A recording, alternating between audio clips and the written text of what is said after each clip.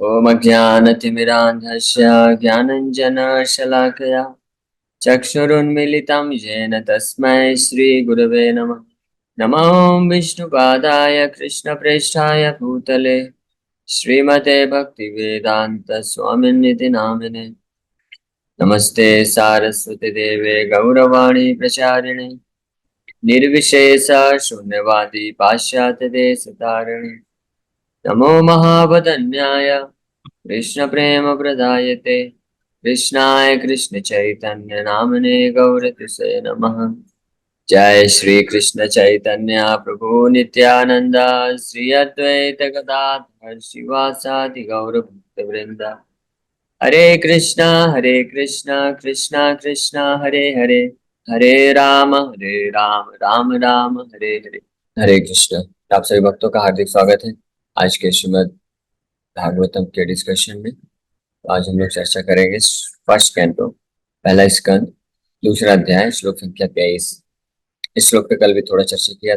सत्वं रजस्तमिति प्रकृतेर्गुणास्तैः युक्तः परः पुरुषैकैहास्य धत्ते स्थित्यादय हरिविरिञ्चि हरेति संज्ञा श्रेयांसि तत्र खलु सत्त्वतनो नृणांशु। The transcendental personality of Godhead is indirectly associated with the three modes of material nature, namely passion, goodness, and ignorance. And just for the material world's creation, maintenance, and destruction, he accepts the three qualitative forms of Brahma, Vishnu, and Shiva. Of these three, all human beings can derive ultimate benefit from Vishnu, the form of quality of goodness. तो इस श्लोक में ये वर्णन किया जा रहा है कि भगवान, परम भगवान जो हमेशा दिव्य स्थिति में रहते हैं, कभी भी भौतिक प्रकृति के संपर्क में नहीं आते हैं, लेकिन अप्रत्यक्ष रूप से, यानी डायरेक्टली नहीं, अप्रत्यक्ष रूप से इनडायरेक्टली रजोगुण, तमोगुण और सतोगुण के इंचार्ज के रूप में अपना विस्तार करते हैं, अवतार लेते हैं, जिसको गुणावतार बोला जाता है। ये तीन, ब्रह्मा, विष्णु और महेश, ये तीनों भगवान कृष्ण के गुणावतार बोले जाते हैं। गुणावतार मतलब गुणों को नियंत्रित करने वाले अवतार। सतोगुण को नियंत्रित करते हैं स्वयं भगवान विष्णु के रूप में, और रजोगुण को नियंत्रित करते हैं भगवान अपना शक्ति का पोटेंशियल, अपनी शक्ति को आवेशित करके, जो इस भौतिक जगत के सबसे सबसे ज्यादा पुण्य आत्मा होता है, जिसने सर्वश्रेष्ठ पुण्य किया है, उनको भगवान अपना शक्ति संचारित करते हैं, इसलिए सत्यावेश अवतार बोल सकते हैं। तो वो होते हैं ब्रह्मा जी, और वो रजोगुण रजोगुण के इंचार्ज बनते हैं और सृष्टि कार्य में सहायक होते हैं। और तीसरा, तमोगुण के इंचार्ज के रूप में भगवान जो है, खुद ही भगवान अपने आप को विस्तार करते हैं भगवान शिव के रूप में। लेकिन भगवान शिव के रूप में विस्तार करके हमने ये चर्चा किया था कि वो ना तो विष्णु तत्व है, ना ही जीव तत्व है। ब्रह्मा जी तो जीवात्मा है, जीवात्मा है। आप में से भी कोई चाहे तो ब्रह्मा बन सकता है, हालांकि इतना आसान नहीं है। जो पूरे ब्रह्मांड में सबसे ज्यादा पुण्य करता है, वही जो है ब्रह्मा का पोस्ट प्राप्त कर सकता है, रैंक 1 ऐसे समझ लीजिए। ये कॉम्पिटेटिव एग्जाम होते हैं ना, जैसे भारत में IAS बनना है किसी को, उसमें जो सर्वश्रेष्ठ पोजीशन रहती है, तो इसको प्राप्त करने के लिए टॉप के रैंक लाना पड़ेगा। लाखों लोग एग्जाम देते हैं, लाखों लोग परीक्षा में बैठते हैं, कई बार तो करोड़ भी होते हैं, एक आध दो करोड़ भी किसी किसी एग्जाम में विद्यार्थी लोग बैठते हैं। तो उसमें से कुछ जो है, कुछ हजार लोगों को ही सेलेक्ट किया जाता है, और फिर उनको ही कुछ अलग अलग पोजीशन दिया जाता है। तो इस प्रकार से केवल भारतवर्ष में नहीं, केवल पृथ्वी में नहीं, पूरे ब्रह्मांड में जब जो सबसे ज्यादा मोस्ट पायस लिविंग एंटिटी, जो सबसे ज्यादा पुण्यमान जीवात्मा होता है, ऐसे करोड़ों अरबों खरबों जीवात्माओं में, तो इसको ब्रह्मा बनने का मौका मिलता है। तो, लेकिन जो भगवान का शुद्ध भक्त होता है, वैसे ब्रह्मा की भी पोजीशन से उसका बड़ा पोजीशन होता है, स्थिति होता है। तो खैर, ब्रह्मा जी फिर इस प्रकार से भगवान वो करते हैं। लेकिन यहाँ पे बड़े स्पष्ट रूप में सूत गोस्वामी आखिरी लाइन में बता रहे हैं कि ये तीन जो है त्रिदेव, ये गुणावतार है, ब्रह्मा विष्णु महेश। तो हालांकि ये सृष्टि स्थिति प्रलय, इस भौतिक संसार के पालन पोषण और सृष्टि और संहार में लगे हुए हैं, और जी यहाँ के जीवात्माओं को कुछ न कुछ लाभ प्रदान करते हैं। ब्रह्मा जी भी से भी कोई इस भौतिक संसार में रहने के लिए लाभ प्राप्त कर सकता है, भगवान शिव से भी प्राप्त कर सकता है, भगवान विष्णु से भी प्राप्त कर सकता है।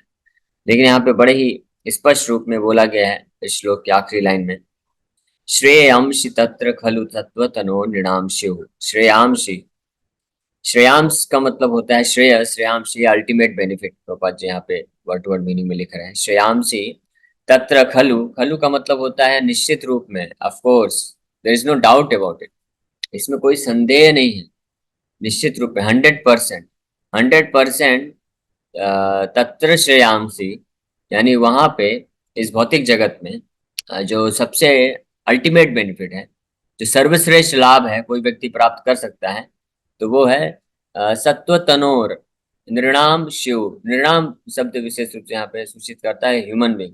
किसी मनुष्य को अगर सबसे अल्टीमेट बेनिफिट, सर्वश्रेष्ठ लाभ अगर जीवन में प्राप्त करना है, तो उसको सत्व तनोर, तनोर मतलब रूप या फॉर्म या शरीर, यानी सतोगुण के जो फॉर्म है, सतोगुण के जो विग्रह हैं। सतोगुण के विग्रह कौन है? भगवान विष्णु। रजोगुण के विग्रह ब्रह्मा जी। तमोगुण के विग्रह भगवान शिव। तो सतो रजो तमोगुण के विग्रह का मतलब है कि वो उनके इंचार्ज हैं, उनके पर्सोनिफिकेशन, उनके इंचार्ज हैं, वो उनके कंट्रोलर है, नियंत्रक हैं। तो अगर श्रेय, श्रेय, गीता के दूसरे अध्याय में भी अर्जुन भी यही बात बोलते हैं कि अर्जुन भगवान कृष्ण का पूर्ण समर्पण कर रहे थे और हेल्प मांग रहे थे। तो भगवान पूछ सकते हैं कि अरे आपको तो हेल्प करने के लिए बहुत सारे हैं, इस बहुत पृथ्वी में भी बहुत सारे लोग आपको हेल्प कर सकते हैं। फिर नहीं तो अन्य देवी देवताओं का आप जाके जो पूजा करो, याचना करो। हाँ, माता दुर्गा हैं, भगवान शिव हैं, ब्रह्मा जी हैं, इंद्र चंद्र वरुण हैं, सूर्य हैं, बृहस्पति हैं, वो तो सारे वैदिक शास्त्रों के ज्ञाता हैं, देवताओं के भी गुरु हैं। तो आप उन लोग का भी आश्रय ले सकते हो। आप मेरे से क्यों बेनिफिट मांग रहे हो? मैं क्या दे सकता हूँ? इसलिए अर्जुन स्पष्ट रूप में वहां पे भी ये बात क्लियर करते हैं कि अर्जुन बोलते हैं यश श्रेयस्यान निश्चितम ब्रूहि तन्मे, जो मेरे लिए सबसे श्रेयस्कर है वो आप मेरे को बताइए। और जो सबसे श्रेयस्कर है लाभ है, वो केवल अर्जुन जानते थे कि केवल और केवल भगवान कृष्ण ही दे सकते हैं। इसलिए उन्होंने बिना अपने आप को अन्य कहीं जगह डिस्ट्रैक्ट करते, डाइवर्ट किए बिना, यानी विचलित हुए बिना, एक मनस एक एकेन मनसा, एक एकाग्रता के साथ, अनन्य भाव से भगवान कृष्ण का आश्रय लेते हैं और भगवान कृष्ण को ही वो अनुरोध करते हैं, उनके शिष्य बन जाते हैं और उनको बताते हैं कि आप मुझे मार्गदर्शन करिए, मेरा लाभ, मुझे वो जो अल्टीमेट सर्वश्रेष्ठ लाभ है वो प्रदान करिए। तो इसको बोलते हैं श्रेयस। ये दो शब्द शास्त्रों में आते हैं, श्रेयस और प्रेयस। श्रेयांशी या श्रेयस, श्रेयस का मतलब होता है अल्टीमेट बेनिफिट या सर्वश्रेष्ठ लाभ। अप्रेयस का मतलब होता है क्षणिक, टेम्परेरी, जो टेम्परेरी बेनिफिट होता है, जो क्षणिक लाभ होता है, उसको प्रेयस बोलते हैं। अभी आप भक्तों को बताना है, एक दो भक्तों को बताइए कि इस संसार में क्या प्रेयस है और क्या श्रेयस है। समझ गए आप लोग श्रेयस और प्रेयस का मतलब? श्रेयस का मतलब होता है कि सर्वश्रेष्ठ लाभ कोई मनुष्य जो प्राप्त कर सकता है, और प्रेयस का मतलब होता है जो टेम्परेरी, यानी अनित्य क्षणिक लाभ जो होता है इस संसार में, तो उसको प्रेयस बोलते हैं। तो श्रेयस और प्रेयस के कुछ एग्जाम्पल बताइए। हाँ प्रभु जी, जो हम भौतिक सुखों के पीछे भाग रहे हैं वो है फर्स्ट वाला जो बताया था, और सेकंड है जो हम आध्यात्मिक भक्ति में भगवान का मतलब बाकी संतों का जो निवास संग पाएंगे उसको प्रेयस बोलेंगे। प्रेयस जो आपने पहला बताया वो प्रेयस है। प्रेयस और श्रेयस मतलब श्रेय, श्रेयस शब्द से ही पता करेक्ट। चलता है श्रेय। श्रेयस कर क्या है? हाँ, यस माता जी। श्रेयस मीन्स जो परमानेंट है हमारे पास, जैसे हम अच्छे कर्म करते हैं, जो भक्ति है जो हमको नेक्स्ट जन्म में भी हमारे साथ में रहेगी, वो है सब यस यस, प्रभु जी। ओके ओके, ठीक है। यस माता जी, आप और कुछ ऐड करना चाहते हैं? हाँ जी प्रभु जी। श्रेयस, श्रेयस यानी कि जो हमारे लिए पूर्ण रूप से कल्याणकारी है। तो जैसे हम भगवत मार्ग में चलते हैं, थोड़ा सा कष्ट सहकर भी अगर हम उस मार्ग में चलते हैं तो हमारे लिए श्रेयस है। और प्रेयस का मतलब कि जो हमें प्रिय लगे, यानी कि थोड़ी देर के लिए अच्छा लगे, लेकिन वो जरूरी नहीं कि हमारे लिए कल्याणकारी है। जैसे हम अगर भौतिक जगत में हमें थोड़ी सी सुख सुविधाएं मिलती है, वो हमें प्रिय तो लगती है, बट वो हमारे लिए कल्याणकारी नहीं है, श्रेयस नहीं है, वो प्रेयस है। Okay, okay, very nice, thank you. Yes Devendra, आप कुछ ऐड करना चाहते हैं? या हो गया, सेम वही मटेरियलिस्टिक अच्छा, चीजें प्रेयस है, और जो स्पिरिचुअल है, भक्ति है, हरि नाम संकीर्तन, वो श्रेयस, कृष्णा, ओके, ये सब चीजें से। हाँ, या वेरी नाइस, थैंक यू। कविता माता जी, आप कुछ ऐड करना चाहते हैं इसके अलावा? हरे कृष्ण प्रभु जी। प्रभु जी, श्रेयस मतलब जो शाश्वत बना रहे, तो जब ये भक्ति करते हैं तो जो हमें आनंद और सुख प्राप्त होता है वो श्रेयस है, और जो भौतिक सुख है जो क्षणिक मिलता है वो प्रेयस है। Okay, thank you, very nice. आप सभी भक्तों ने बहुत अच्छे से बताया, इसका मतलब आप लोग समझ भी जय रहे श्री हैं। कृष्ण और प्रभु जी, जय श्री कृष्ण। हाँ, हाँ प्रभु जी, जय श्री कृष्ण। जय श्री कृष्ण, श्रेय हाँ बोलिए। मेरे उसमें श्रेय से वो है, जैसे हम लोग यह भक्ति मार्ग में चल रहे हैं, क्लास रोज कर रहे, जीवन पर्यंत अगर हम करते रहें तो हम इसका श्रेष्ठ फल प्राप्त कर सकते हैं। और जैसे कभी क्लास अटेंड किया, भक्ति मार्ग में चले, कभी ना चले, तो ये प्रयास है मेरे ओके, इसमें। हाँ, ओके, वेरी नाइस, बहुत बहुत धन्यवाद। आप सभी ने बहुत सही बताया और स्पष्ट है आपको इसका मतलब, थैंक यू वेरी मच। मैं छोटा सा इसमें एक चीज ऐड कर देता हूँ कि डेफिनेशन अगर हम बोले तो श्रेयस का मतलब होता है अल्टीमेट बेनिफिट या अंतिम लाभ या सर्वश्रेष्ठ लाभ है। और वो सर्वश्रेष्ठ लाभ जो है आत्मा के लिए होता है। तो जो आत्मा के लिए लाभ है, आत्मा का जिसमें कल्याण है, यानी हमारा आत्मा मतलब हमारा वास्तविक जिसमें लाभ है, वास्तविक जिसमें कल्याण है, उसको श्रेयस बोलते हैं। और ऐसे लाभ जो केवल शरीर के लिए है या मन के लिए है या बुद्धि के स्तर पे है, उसको प्रेयस बोलते हैं। और क्योंकि ऐसे लाभ जो केवल शरीर से संबंधित हैं, तो शरीर के नष्ट होने से वो भी नष्ट हो जाते हैं, इसलिए उनको टेम्परेरी बोला जाता है। और ऐसे जो लाभ होते हैं केवल जो शरीर के लिए होते हैं, तो वो हमको आत्मा को संतुष्ट नहीं कर सकते हैं, असली सुख आत्मा को प्रदान नहीं कर सकते हैं, इसलिए उनको प्रेयस बोला जाता है। और श्रेयस जो आत्मा से संबंधित है, वो आत्मा को कंप्लीट सेटिस्फेक्शन, पूर्ण लाभ, पूर्ण संतुष्टि प्रदान करते हैं। और आप लोगों ने सही उदाहरण बताया कि भगवान का भक्ति करना, हरिनाम का जप करना, भगवान का सेवा करना, भागवत का श्रवण करना नित्य रूप से ये श्रेयस है, क्योंकि यही हमारा सर्वश्रेष्ठ लाभ हमको देने वाला है, हमको मतलब आत्मा को देने वाला है। अब बाकी संसार की जितनी भी चीजें हैं, आप बहुत सारा धन कमा लीजिए, बहुत सारा आपका पास पद प्रतिष्ठा हो, बहुत आपका भौतिक सुख हो, अन्य अन्य प्रकार का पारिवारिक सुख है, परिवार है, नाम है, समाज है, ये सारा जितना भी सुख है, या तो डायरेक्ट ये तो या तो केवल शरीर को यही सुख देता है ये, और या मन को या बुद्धि को देता है। तो ये सब का सब भौतिक होने के कारण आत्मा को स्पर्श भी नहीं कर पाता है, इसलिए आत्मा जो है वंचित रह जाता है हमेशा, इसलिए ये प्रेयस कहलाता है। अब यहाँ पे इस भागवत के श्लोक में अगर आप वापस से विचार करेंगे, वापस से हम इस श्लोक पे आते हैं, तो बड़े स्पष्ट रूप में यहाँ पे बताया गया है कि सत्वम रजस्तम इति प्रकृतेर गुणास्तैर, कि सत्व रज तमो गुण तीन प्रकार की प्रकृति के गुण होते हैं। युक्तः परा पुरुष, परा पुरुष मतलब भगवान हरि, भगवान कृष्ण जो है परह पुरुष है, पुरुषः परः, कुंती महारानी भी बोलती हैं, वो दिव्य हैं, वो ये तीनों भौतिक जो है जगत से परे हैं। लेकिन इस भौतिक संसार का संचालन करने के लिए वही परा पुरुष जो है यहाँ पे धत्ते, धत्ते मतलब वो स्वीकार करते हैं क्या, तीन त्रिदेव के रूप में प्रकट होते हैं। हरि विरिंची हर, स्थिति आदय हरि विरिंची हर संज्ञा, संज्ञा मतलब इस प्रकार से जाने जाते हैं, इस प्रकार के अलग अलग उनके फॉर्म होते हैं, विग्रह होते हैं। तो जिसमें जो हरि है यानी विष्णु के रूप में, तो वो जो है से पालन पोषण करते हैं, तो वो स्वयं भगवान आ जाते हैं। लेकिन सृष्टि करने के लिए और संहार करने के लिए विरिंची, विरिंची मतलब ब्रह्मा जी, और हर मतलब भगवान शिव, तो ये इन दो रूप में प्रकट होते हैं। अब आखिरी लाइन में श्रेयांसी तत्र खलु सत्व तनोर नृणाम शिव, कि श्रेय, अगर कोई श्रेय प्राप्त करता है इन तीनों में से, श्रेय मतलब अल्टीमेट आत्मा का कल्याण प्राप्त करना चाहता है, तो उसको निश्चित रूप में, खलु शब्द बहुत महत्वपूर्ण है यहाँ पे। ऐसा नहीं बोला जा रहा है कि हाँ ठीक है आप भगवान विष्णु भगवान हरि का भक्ति कर लीजिए तो आपको जो है जो अल्टीमेट बेनिफिट मिल जाएगा, भगवान शिव का भी करेंगे तो भी मिल जाएगा, ऐसा नहीं। खलु शब्द सूचित करता है केवल और केवल अगर कोई अपना सर्वश्रेष्ठ लाभ चाहता है जीवन में, आत्मा का कल्याण चाहता है, और आत्मा का कल्याण है इस भौतिक जगत के बंधन से छूट के भगवान के धाम को प्राप्त करना चाहता है, तो खलु शब्द सूचित कर रहा है यहाँ पे कि निश्चित रूप में इससे कोई संदेह नहीं है, केवल और केवल जो सत्व तनोर, सत्व तनोर मतलब सतोगुण के जो इंचार्ज हैं भगवान विष्णु यानी हरि, हरि ही जो है मनुष्य को नृणाम जो है उनको ये लाभ प्रदान कर सकते हैं, है ना। बाकी जो भौतिक लाभ है, जो प्रेयस चीजें हैं, भौतिक संसार है, भौतिक सुख संपत्ति है, सुंदरता है, पारिवारिक सुख है, सामाजिक सुख है, पुण्य है, ये सब अगर किसी को प्राप्त करना है, इस भौतिक संसार में ही रहना है, तो वो ब्रह्मा जी का, भगवान शिव का या अन्य देवी देवताओं का भी पूजा उपासना कर सकता है और उसको मिल जाएगा, इसमें कोई संशय नहीं है।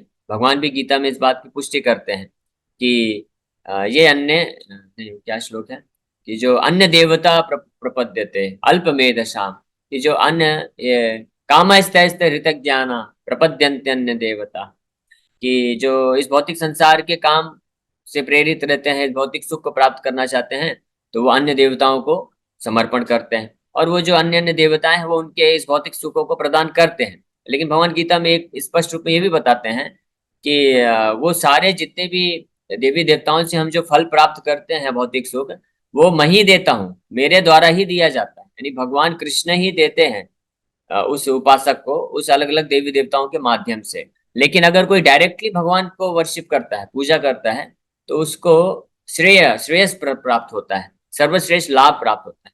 इसलिए कुछ लोग होते हैं जो गीता में इस प्रकार के श्लोक प्राप्त करते हैं तो वो कंफ्यूज करते हैं लोगों को, क्योंकि गीता में भगवान बोलते हैं कि जो अन्य देवताओं का पूजा करते हैं वो मेरा ही पूजा कर रहे हैं वास्तव में, लेकिन भगवान स्पष्ट रूप में बोलते हैं अविधि पूर्वकम, वो विधि प्रॉपर नहीं है, वो अविधि पूर्वकम है। क्यों? क्योंकि भगवान बताते हैं कि वो मेरा ही पूजा करते हैं, यानी कृष्ण का ही पूजा कर रहे हैं इनडायरेक्टली, क्योंकि जो अन्य देवी देवता है वो भगवान के ही अंश हैं। भगवान के अंश होने के नाते जब उनका कोई पूजा करता है तो वास्तव में भगवान का ही पूजा हो रहा है, लेकिन उनसे जो बेनिफिट मिलता है, वो लोग जो लाभ देते हैं वो भौतिक लाभ होता है, और भगवान ही वो भौतिक लाभ प्रोवाइड करते हैं, देते हैं। और यही कारण है वो भौतिक लाभ जो है व्यक्ति को इस भौतिक बंधन में फंसा के रखता है, और वो और ज्यादा इसमें फंसता चला जाता है। इसलिए भगवान बोलते हैं वो अविधि पूर्वक है मेरा पूजा। और अगर कोई वास्तव में श्रेय चाहता है, जैसे अर्जुन श्रेय चाहते हैं, और यहाँ पे श्लोक में बताया जा रहा है श्रेयांसि तत्र खलु सत्वतनो नृणाम स्युः, कि अगर कोई श्रेय चाहता है जीवन में, अपना सर्वश्रेष्ठ लाभ चाहता है, यानी हर प्रकार के भौतिक दुखों से और क्लेशों से और इस भौतिक बंधन के जंजाल से, जन्म मृत्यु के चक्र से छूटना चाहता है, मुक्ति प्राप्त करना चाहता है, भगवान के आध्यात्मिक जगत में जाना चाहता है, तो उसको निश्चित रूप में भगवान कृष्ण का डायरेक्टली सेवा करना चाहिए, भगवान हरि का जो है पूजा करना चाहिए, सेवा करना चाहिए। वही प्रॉपर मेथड है, वही जो है असली विधि है, सही विधि है भगवान का सेवा करने का। इसलिए जो बुद्धिमान लोग होते हैं वो ऐसा भगवान हरि का सेवा करके जो श्रेय है अपने जीवन में उसको प्राप्त करते हैं। और हम आप अगर भागवत में या पुराणों में देखेंगे, हम उन पुराणों से भागवत के ऐसे बहुत सारे प्रमाण हैं, उदाहरण प्रस्तुत हैं, जहाँ पे हम देखते हैं कि कितने ही देवी देवता हुए हैं, उनके उपासक में उनको भौतिक लाभ तो बहुत मिला है, लेकिन अल्टीमेटली जब उनका इच्छा हुआ कि मुझे संसार से मुक्ति चाहिए, तो उनको फाइनली भगवान हरि के चरण कमलों का आश्रय लेना ही पड़ा। जैसे दो बहुत महत्वपूर्ण प्रसंग आते हैं। एक है मुचुकुंद महाराज का। तो मुचुकुंद महाराज देवताओं, इतने महान प्रतापी राजा थे कि इतने शूरवीर थे कि देवताओं का जब असुरों के साथ युद्ध चल रहा था, तो देवता उनको निमंत्रित करते हैं कि आप आइए हमारे साइड से, आप फाइट लड़ाई करिए। तो उन्होंने देवताओं को सहयोग दिया और देवता विजयी हुए कालांतर में, और वो युद्ध कई वर्षों तक चला। तो पृथ्वी लोक में जब वापस आए तो वो ऑलरेडी कई युग बीत चुके थे, उनका पूरा साम्राज्य वहां से खत्म हो गया, सब कुछ चला गया। तो युद्ध के पश्चात देवता प्रसन्न हुए, और देवता उनको मुचुकुंद महाराज को बोलते हैं कि आप कुछ वर मांगिए, वरदान मांगिए, आपने हमारा बहुत मदद किया है, सहयोग किया है, तो हम आपको देना चाहते हैं, आपको जो मांगना है आप मांगिए। तो लेकिन वहां पे देवता लोग एक कंडीशन लगा देते हैं। क्या कंडीशन? कि मुक्ति को छोड़ करके आपको जो मांगना है इस भौतिक संसार का, आप सब कुछ भी मांग सकते हैं। आपको देवता बनना है, स्वर्ग में रहना है, हम वो दे सकते हैं। आपको बहुत भौतिक ऐश्वर्य चाहिए, सुख चाहिए, वो दे सकते हैं। आपको बहुत आयु चाहिए, मृत्यु अमर तो नहीं बना सकते, लेकिन अगर आपको आयु बढ़ाना है तो वो दे सकते हैं। बहुत शारीरिक बल, सुंदरता चाहिए, बहुत बुद्धि चाहिए, तो वो हम दे सकते हैं। तो ये सब आप मांग सकते हैं, केवल एक चीज मत मांगिएगा। वो क्या है? इस भौतिक बंधन से मुक्ति। क्यों? क्योंकि वो केवल केवल भगवान हरि दे सकते हैं। हम में से किसी भी देवताओं में ये शक्ति नहीं है, यहाँ तक कि ब्रह्मा जी, भगवान शिव और जितने भी अन्य देवी देवता हैं, वो कोई भी ये नहीं दे सकते। तो मुचुकुंद महाराज सोचे कि जब आप जो अल्टीमेट चीज है, सर्वश्रेष्ठ लाभ नहीं दे सकते हैं, तो फिर बाकी आप भौतिक सुख दे सकते हैं, लेकिन उसका फायदा क्या हुआ? इस भौतिक ऐश्वर्य को मैं प्राप्त करके इस भौतिक जगत में ही फंसा रहूंगा। तो इसलिए मुचुकुंद महाराज ने अपना बुद्धि का इस्तेमाल करके क्या बोले वो, कि आप मुझे उस समय तक का आयु दे दीजिए और मैं चुपचाप विश्राम कर सकूं गुफा में जा करके, जब तक भगवान कृष्ण का अवतरण नहीं होता है। तो ये सतयुग की घटना थी, और वो वरदान में मांगते हैं कि मैं गुफा में जाके चुपचाप विश्राम करूं, कोई मुझे डिस्टर्ब ना करे, अगर कोई डिस्टर्ब करे तो मेरी आंखें खुलते ही वो भस्म हो जाए। तो उनका उद्देश्य था कि भगवान कृष्ण आने वाले हैं द्वापर युग में, इतना लंबा समय मैं कैसे इंतजार करूंगा। तो बोले कि मैं विश्राम करना चाहता हूँ, जब भगवान कृष्ण आएंगे और उनका दर्शन प्राप्त होगा तो मैं उनका भक्ति, उनका दर्शन के माध्यम से अपने आप को इस भौतिक संसार से मुक्त करूंगा। इस प्रकार से वरदान मांगे। दूसरा प्रसंग आता है, वो भी बहुत इंटरेस्टिंग है, खटवांग महाराज का। खटवांग महाराज भगवान रामचंद्र के ही वंश में हैं, और उन्होंने भी, वो भी बहुत महान प्रतापी राजा हुए। फिर से उन्होंने भी, देवताओं ने उनको रिक्वेस्ट किया था, उन्होंने देवताओं की तरफ से युद्ध किया, और फाइनली जब युद्ध जीत गए तो देवता उनसे प्रसन्न हुए और उनको भी यही बोलते हैं कि आप कुछ वरदान मांगिए, आप क्या चाहते हैं। खटवांग महाराज तो ऑलरेडी भगवान रामचंद्र के भक्त थे, तो वो जानते थे कि ये देवता लोग क्या दे सकते हैं, ये सब ज्यादा से ज्यादा भौतिक चीजें ही दे सकते हैं, भौतिक ऐश्वर्य, सुख संपत्ति, ये सब दे सकते हैं। लेकिन उनको ये सब में इंटरेस्ट नहीं था। तो उन्होंने देवताओं से बस ये पूछा कि आप हमें ये बता दीजिए कि हमारा जीवन शेष कितना बचा हुआ है, जीवन अवधि कितनी बची हुई है। तो देवताओं ने उनका चार्ट निकाला और बता दिया कि आपके पास केवल एक मुहूर्त बचा हुआ है, एक मुहूर्त कुछ 45-48 मिनट होता है। तो तुरंत फिर खड़वांग महाराज बोले कि आप बस एक कृपा करिए, यही वरदान दे दीजिए कि मुझे अभी के अभी अयोध्या धाम में लैंडिंग करा दीजिए, अयोध्या धाम में छोड़ दीजिए। तो देवताओं ने तथास्तु बोला और तुरंत ही खटवांग महाराज अयोध्या में आ गए, और जितना भी उनका शेष समय बचा था चुपचाप समाधि में बैठ के भगवान रामचंद्र के चरण कमलों का स्मरण करने में लग गए, भगवान के नाम जप में। और इस प्रकार से जैसे उनका मृत्यु हुआ, डायरेक्ट भगवान के धाम को, साकेत धाम को प्राप्त किए। तो इस प्रकार से जो बुद्धिमान होते हैं, बुद्धिमान कौन होते हैं? भक्त होते हैं। तो जो बुद्धिमान होते हैं, भक्त होते हैं, अगर वो देवी देवता भी उनसे के पास आते हैं, उनके पास जाते हैं, तो उनसे भी यही वरदान मांगते हैं कि हम भगवान हरि की, भगवान विष्णु की भक्ति प्राप्त कर सकें। कोई भी प्रकार का भौतिक लाभ प्राप्त करने में उनका इच्छा नहीं होता है। तो इसी के साथ हम लोग यहीं पे विराम करते हैं। तो इस श्लोक में ये बहुत ही महत्वपूर्ण शिक्षा है कि अगर कोई भी व्यक्ति अपना सर्वश्रेष्ठ हित, ये सर्वश्रेष्ठ लाभ चाहता है, अल्टीमेट बेनिफिट, आध्यात्मिक जीवन, दिव्य आनंद को प्राप्त करना चाहता है, भौतिक बंधन से मुक्त होकर के भगवान के धाम जाना चाहता है, तो उसको निश्चित रूप में केवल भगवान हरि का भक्ति में लगना चाहिए और इस प्रकार से अपना जीवन सार्थक बनाना चाहिए। Hare Krishna. Thank you very much. आप सभी भक्तों का बहुत बहुत धन्यवाद कि आप लोग आए और आपने विनम्रतापूर्वक श्रवण किया। प्रभु जी, जैसे ब्रह्मा विष्णु महेश तीनों जो हमारे त्रिदेव है, इनको अगर बराबर पावर है, तीनों अलग अलग गुणों से है, ब्रह्मा जी रजोगुनी, विष्णु जी सतोगुनी और महेश हमारे तमोगुनी, और इनके जो अलग अलग भक्त है, जैसे हमारे एक मित्र के साधु माने गुरु जी है, वो क्या नाम, अघोरी बाबा है साधु वाले, वो क्या नाम, वो तमोगुनी है, वो सब मांस भी खाते हैं, नशा भी करते हैं और शिव के भक्त है। तो उनकी गति, उन लोग किस, और अब जैसे आप लोग वैष्णव है और आप लोग के, हम लोग दास है, ओके, समझ तो गया, हम लोग समझ और उन गया। लोगों में क्या अंतर है? हाँ, समझ गया, समझ गया। तो वही चीज, आपका जो प्रश्न है, वही चीज हमने आज के क्लास में चर्चा भी किया कि जो भगवान विष्णु का भक्ति करते हैं, वैष्णव होते हैं, सतोगुण में जो भक्ति करते हैं, वो जो सर्वश्रेष्ठ लाभ है, इस भौतिक बंधन से मुक्ति और भगवान के धाम में प्रवेश, वो प्राप्त करते हैं। और जो अन्य देवती देवता है, ब्रह्मा जी हैं, शिव जी हैं, कोई भी देवी देवता को पूजा करते हैं, तो उनको इसी भौतिक जगत में रहना पड़ता है। लेकिन अगर वो अच्छे से करते हैं उनका पूजा उपासना, तो उनको भौतिक जगत में भौतिक सुख प्राप्त हो जाएगा, लेकिन उसमें भी उनका कोई लाभ, वास्तविक लाभ नहीं है। ठीक है, मेरा एक क्वेश्चन है, सवाल है, जब हाँ। ये भगवान कृष्ण हो चाहे राम हो, इन सबके, इन दोनों के इष्ट तो भोले बाबा है, शंकर जी है ना? हाँ, बड़े इष्ट मानते हैं, राम भी इष्ट मानते हैं और कृष्ण भी इष्ट मानते हैं, अपना मानते क्या है ही हाँ, उनके इष्ट। हाँ, तो सही बात है। भगवान उनकी, अगर जो उनकी शंकर की आराधना कर रहे हैं, जब उनके इष्ट हैं, उनकी इष्ट आराधना करने से तो उतना ही पुण्य होना चाहिए ना? हाँ, तो वही तो बात है ना कि भागवत, हमको प्रमाण लेना चाहिए भागवत का। तो ये श्लोक में सूत गोस्वामी स्पष्ट रूप में, इस श्लोक में सूत गोस्वामी स्पष्ट रूप में वर्णन कर रहे हैं कि जो सर्वश्रेष्ठ लाभ है व्यक्ति को भगवान विष्णु के पूजा करने से ही, सेवा करने से ही प्राप्त हो सकता है। ठीक है, इसमें तो कोई संशय नहीं है। और हमने प्रमाण भी प्रस्तुत किया भागवत ज्ञान ने, 2 उदाहरण देके, खंडवांग महाराज का और मुचकुंद महाराज का। और रही बात कि भगवान कृष्ण भगवान शिव के इष्ट हैं, शिव जी, तो इष्ट वो ऐसा नहीं, इस संदर्भ में नहीं है। भगवान कृष्ण है, भगवान राम, वो तो एक ही है। तो भगवान राम के वो अनन्य भक्त हैं भगवान शिव।